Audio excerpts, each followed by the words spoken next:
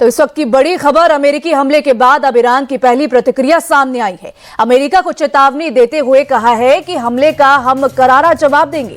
अमेरिकी सेना और नागरिक अब हमारे निशाने पर हैं।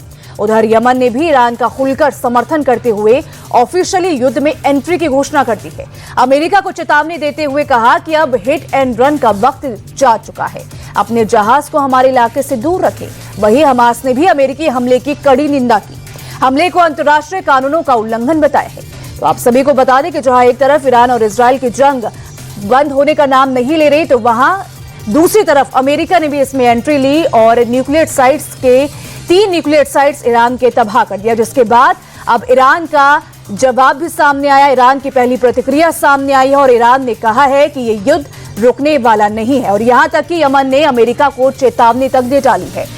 अमेरिका को हमले का करारा जवाब देंगे, ईरान ने ये कहा। और ईरान ने साथ ही कहा कि फोर्डो परमाणु ठिकानों को नुकसान पहुंचा है। इसी के साथ अमेरिकी सेना और नागरिक अब हमारे निशाने पर है। तो ईरान की ये बड़ी चेतावनी अमेरिका को।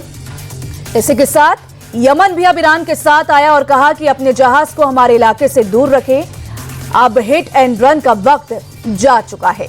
तो अब यमन ने भी ऑफिशियली, यानी कि अब यमन भी खुलकर ईरान के साथ आ गया है और दोनों मिलकर अब अमेरिका को चेतावनी और धमकी दे रहे हैं। ईरान ने कहा कि अमेरिका को हमले का अब करारा जवाब मिलेगा। वहीं ईरान ने यह बात भी कबूली कि उनके न्यूक्लियर साइट्स को नुकसान पहुंचा है।